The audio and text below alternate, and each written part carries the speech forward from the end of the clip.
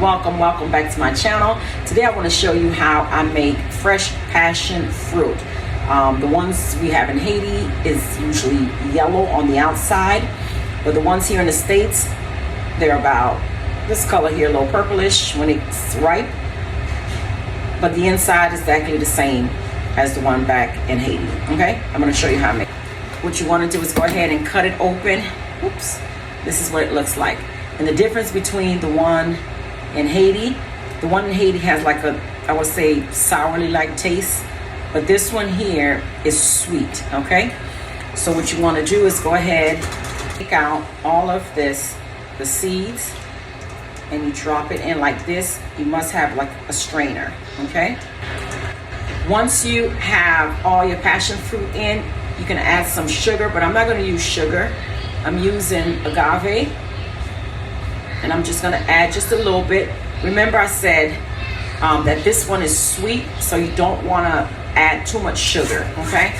And you're going to just go ahead and keep stirring it like this, getting all the juice out. And if it gets to a point you realize no juice is coming out, then you want to go ahead and just add some water. Just a little bit of water like that. And just continue stirring. Okay? I'm going to go ahead and do that and come back and show you how to finish up this juice.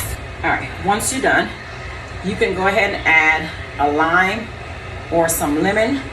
I'm going to add lemon. I like mine with lemon, but you can add your lime, okay? I'm going to squeeze some in here like this. Now I'm going to add some almond extract.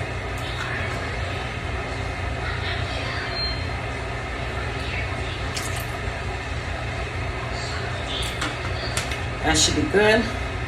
And then just stir it up. Now you want to go ahead and pour your passion fruits, guys. It is absolutely delicious. It's better than that stuff you buy in the store.